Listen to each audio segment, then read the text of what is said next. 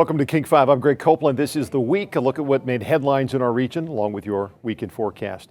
We now know the suspect arrested in the deadly shooting of two Seattle high school students was a 15-year-old boy. He just turned 16 on Thursday. King 5's Natalie Swaby has what unfolded in the courtroom. The respondent, who turns 16 tomorrow, waived his right to a first appearance hearing that was held here in a packed courtroom. Arrest. Inside the Juvenile Justice Center. His death had a profound impact on me and has left me numb. A first appearance hearing puts the focus on the events of January 30th. This is a very significant violent case that alleges that the respondent shot at very close range while deboarding a bus two students who were standing at a bus stop after school. Investigators say a 15-year-old pulled the trigger, ending the lives of 15-year-old Trevay Hoffmuth and 18-year-old Tyjon Stewart. That Friday afternoon, officers flooded the intersection of Rainier Avenue and South Henderson Street, sealing it off and combing the scene for evidence. After more than 6 weeks, detectives zeroed in and made an arrest. In addition, the respondent committed this crime while he was being supervised for another offense. There was an unlawful gun possession case that he was on court-ordered probation for.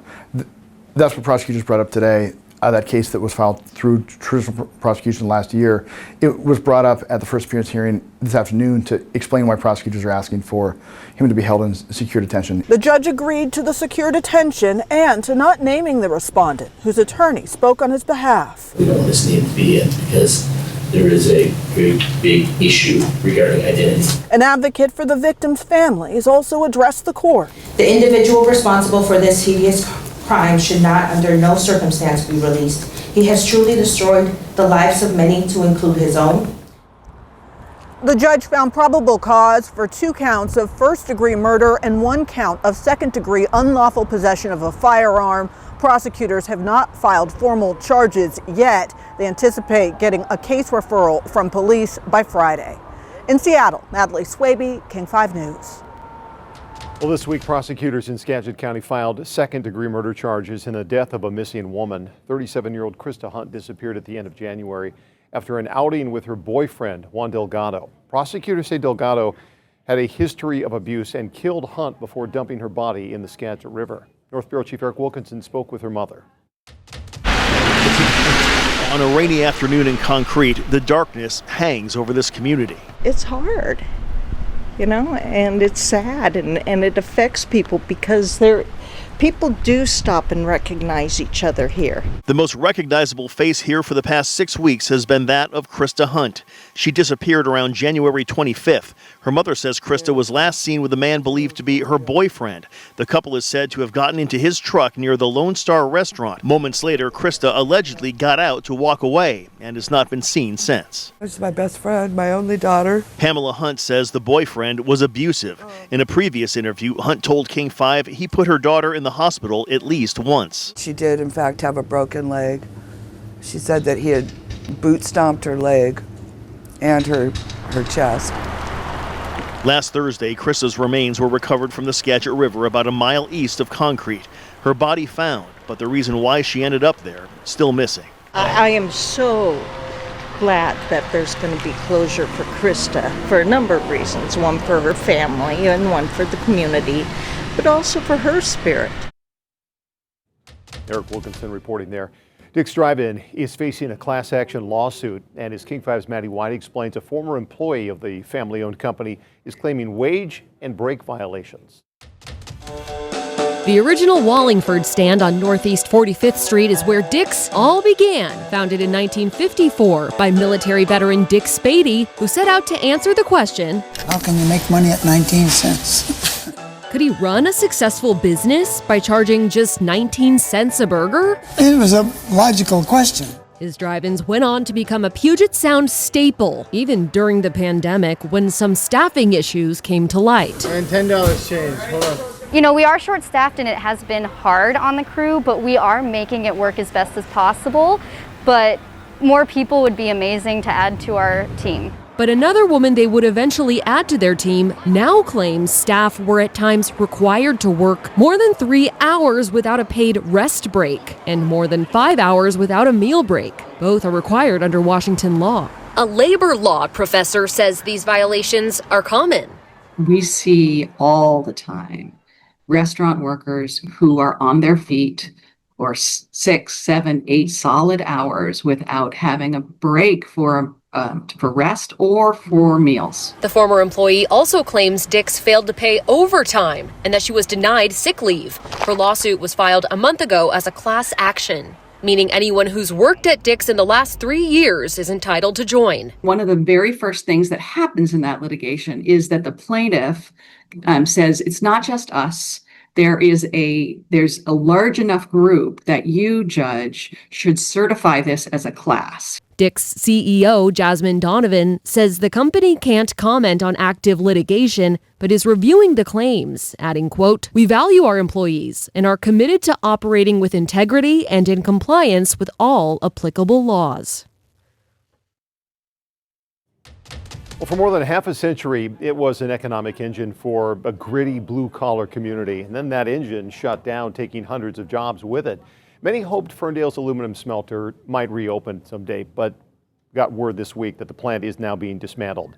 As North Bureau Chief Eric Wilkinson tells us, the future is very uncertain. Carl Ratcliffe started working at the Ferndale aluminum smelter when he was 19 years old. It was supposed to be a summer job. It turned out to a long summer for me.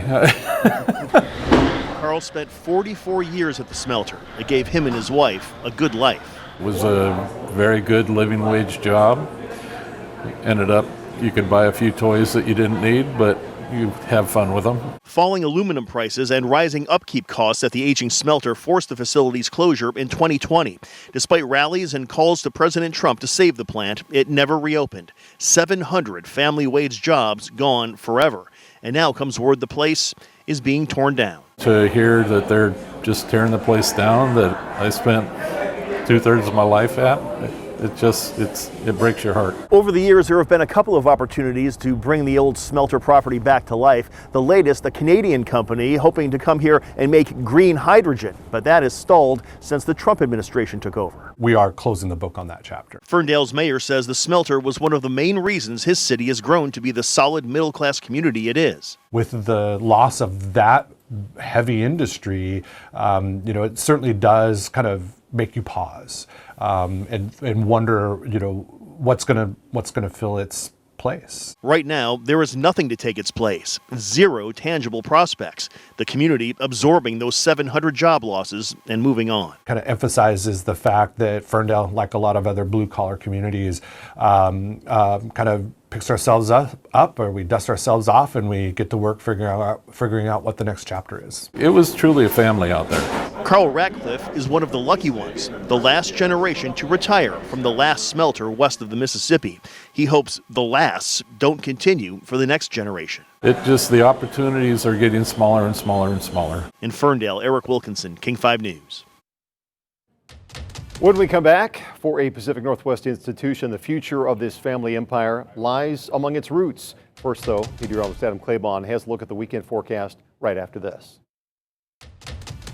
Well, hey there, everyone. Happy spring to each and every one of you. Here we go into the first weekend of spring, and we are expecting to have some rain around. Now, definitely going to be much drier than the week that we just went through, but there are going to be a few spots that will hold on to those higher chances of rain as we head over the day on Saturday and Sunday. We're going to detail out where those are, plus we're going to talk about the cooler air that's beginning to settle on in here to the region and how that will eventually help with at least some snow for the mountains as we head on into some of the weekend, but more so heading on into the middle and latter part of next work week. So let's get into it. We do still have some rivers that are going to be around flood stage, so moderate flooding for spots around the Skagit River as well as the Snohomish River near Monroe. That's going to be one that could get up to around that major flood stage, and that's really the only one forecast capacity to get up to that point. So if you're around that river closer to Monroe, definitely keep an eye out for some of the higher water there. Outside of there, the Skykomish, the Snohomish River at Snohomish, moderate flood stage, minor flood stage for these rivers that you see right here, the Samish, the Stillaguamish, as well as the Tolt, and also the Snoqualmie River.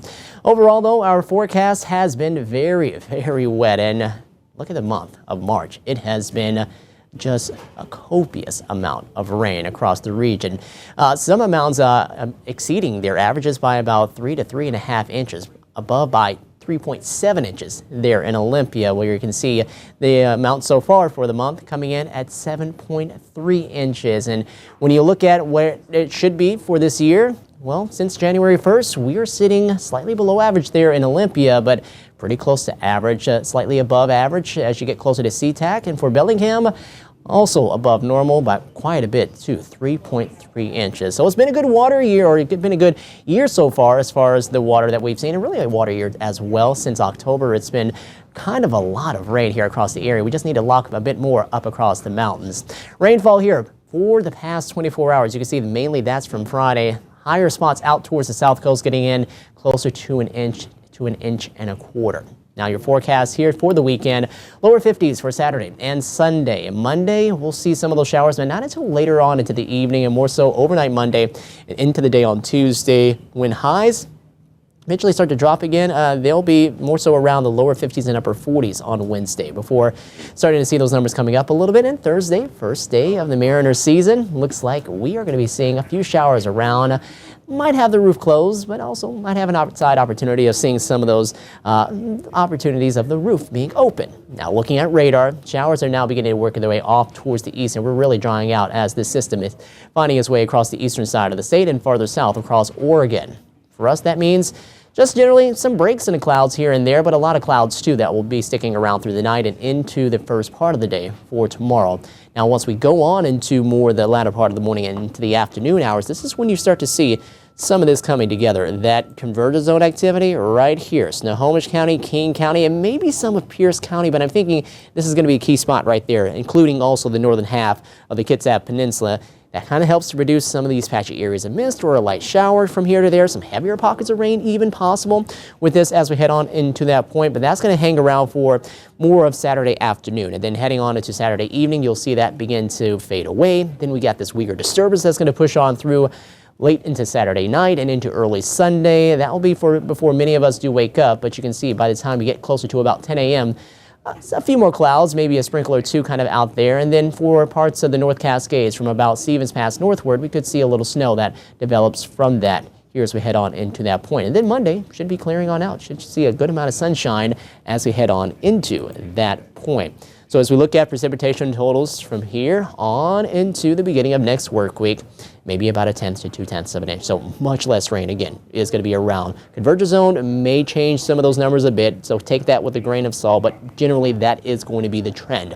And looking at what we're expecting heading on into the next few days, you can see we get this nice break from the action heading on into Sunday and Monday, and then here we go, Tuesday and into the day on Wednesday. More widespread rain on its way back in, and some lower snow levels too, which should help to bring just a bit more of that snow to our mountain passes. And you can see we're expecting anywhere between about maybe 3 to 6 inches for most spots. Higher amounts as you head farther north there from Stevens Pass on north towards Baker, getting up closer to about 22 inches, so maybe around 1.5 foot, closing in on 2 feet.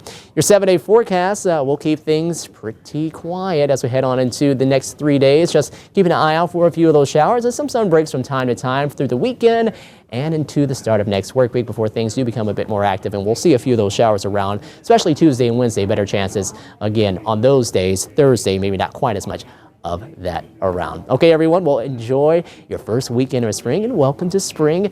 And hopefully things will be nice and dry where you are.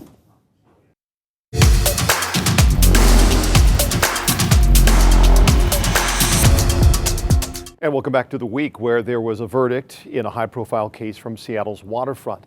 What started as a confrontation on the crowded summer day escalated into in just seconds into gunfire. The jury split on the most serious of charges. King 5's Bridget Chavez shows us how it all unfolded and what comes next. A busy summer day along Seattle's waterfront turning into a shooting that would play out in court months later. 33-year-old Gregory Tim found not guilty of first-degree assault, but guilty of a lesser assault charge. Investigators say the incident began when Tim accused 68-year-old Harold Powell Sr., a Navy veteran who performed for tourists, of faking his military service. King 5 spoke with Powell last summer after the attack. I was getting ready to leave, and a gentleman walked up to me. He says, "How long are you gonna be here?" I said, I'm wrapping up. I said, "Why?" He says, "'Cause you're a fake veteran." I said, "Oh no, I'm a veteran, man." Court records show the encounter escalated, with Powell pulling out a knife and what was later identified as an airsoft gun. So he took my stuff away, and then people was like, "Hey," because he was trying to take my stuff. So I had a knife, so I took my knife out. That's when video shows Tim pulling a gun from his backpack and shooting Powell in the chest. I've been shot point blank with a 45. I'm dead. Because I said, I can't survive this. That's what I thought. Well, a shouting match erupted at a Snoqualmie neighborhood this week after a corporation's plan to put a lithium battery storage facility near several homes. People booed Jupiter Power's lead developer as he abruptly ended what he called a neighbor meeting. Some locals say the message and the way it was delivered just didn't sit right with them. Here's King 5's Maddie White.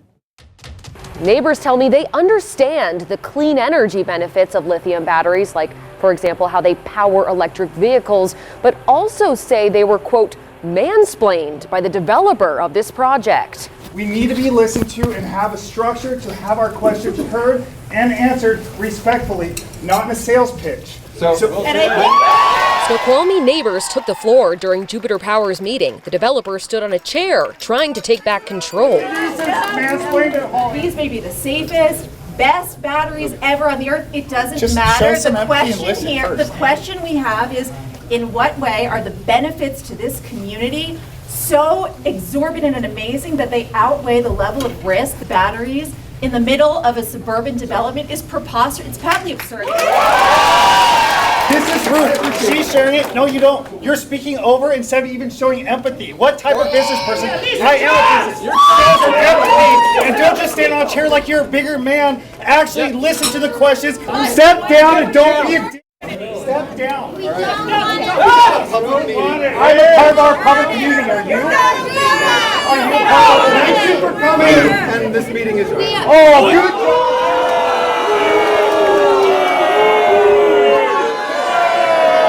Well done, sir.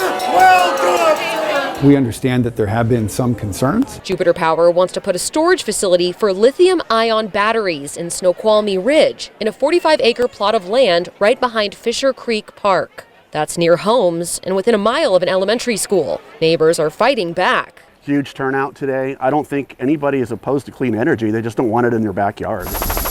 Among neighbors' top concerns is lithium battery fires, like this one at a San Diego Gas and Electric operated battery storage facility in 2024. And there have also been, as a result of that, fire code updates and improvements. If there would be a fire, it would be contained just to one of those containers. The company says the purpose of the project is to help support a reliable electric grid and affordable electricity. This construction workers union's leader says he hopes it brings more jobs. We need to all embrace technology and share a little bit of the responsibility. The many neighbors here also express concern over noise, pollution, and what this project might do to their property values. Jupiter Power is now tweaking their proposal with plans to resubmit it to the King County Council. Reporting at Snoqualmie Ridge, I'm Maddie White, King 5 News. Well, it's now illegal for police to wear masks during operations across Washington. Governor Bob Ferguson signed that into law this week. As Olympia Bureau Chief Drew Mickelson reports, it is the direct result of recent federal immigration tactics. It's already illegal for state or local law enforcement to wear facial coverings during operations. But legislators said after what they saw the feds doing, they decided they better expand that law. It's become more common across the country and the state. Federal immigration agents wearing facial coverings while making arrests. This conduct will undoubtedly be remembered as a shameful period in our nation's history. It's horrific, it's unjust, and it needs to stop now. Prohibiting the use of masks during operations, with exceptions for extreme weather or safety, is a direct result of those federal tactics, says bill sponsor Senator Javier Valdez. And fear, intimidation, tearing families apart, that's not the Washington I know. It's not the Washington I was born and raised in, and I'm glad we were able to act. Governor Bob Ferguson signed 2 immigration-related bills Thursday, the mask ban and one prohibiting the public from posing as law enforcement with fake uniforms or car markings. Immigration advocates say the moves will reduce fear in the community. We hear their stories and we speak on the challenges and violence that they're experiencing as unidentified and masked agents are taking and disappearing our loved ones, our neighbors, our client communities, forcing family separation. By making it a gross misdemeanor to wear law enforcement. Demonstrators interrupted the press conference, saying more needs to be done to prevent information about citizens from getting to the feds. And Governor Ferguson agrees. The federal government just blows by any agreements on how data is used right now, right?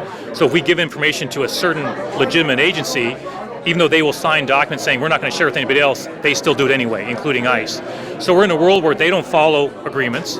But that said, I've still got to be thoughtful about that information. There's one more bill tied to immigration enforcement awaiting Governor Bob Ferguson's signature. That would put restrictions on the data collected by those license plate identification cameras. The governor has 2 weeks to sign that bill into law. In Olympia, Drew Mickelson, King 5 News. Well, after 25 years, a popular bagel shop in Seattle is suddenly closing for good. Employees say they didn't see this coming. King 5's Christian Balderas has more. Hey, how we doing? Outside the Soto Blazing Bagels Saturday morning. The sign says we're closed today, but we are closed permanently. Employees showed up one last time to pack up their belongings. It was very emotional. A lot of us were crying as we were talking and gathering our personal belongings and everything. In the University District, employees put up this sign that reads in part, "Did you drive all the way here for something yummy? I'm so sorry, but the owners sunk it so bad they laid everyone off." Some of us used our right to protest.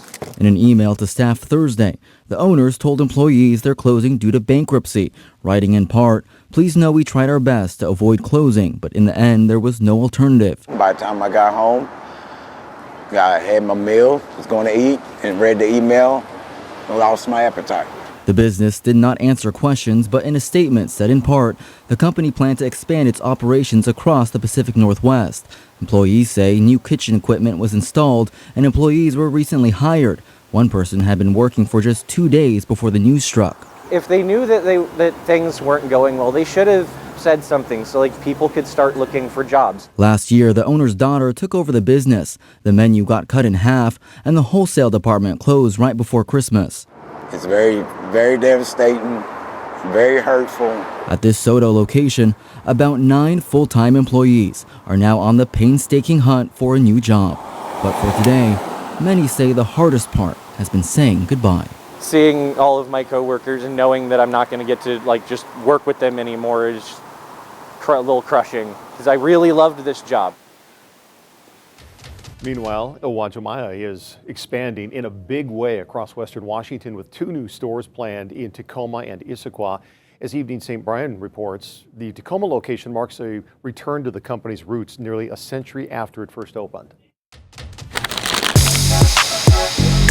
From the colorful snacks to the freshest seafood in the city, Uwajimaya has become a Pacific Northwest institution. K-pop demon hunters. But for CEO Denise Moriguchi, the future of this family empire is about looking back to its roots. We're super excited to open 2 new stores and just serve more customers and share the best of Asian food culture with more people. It's super cute.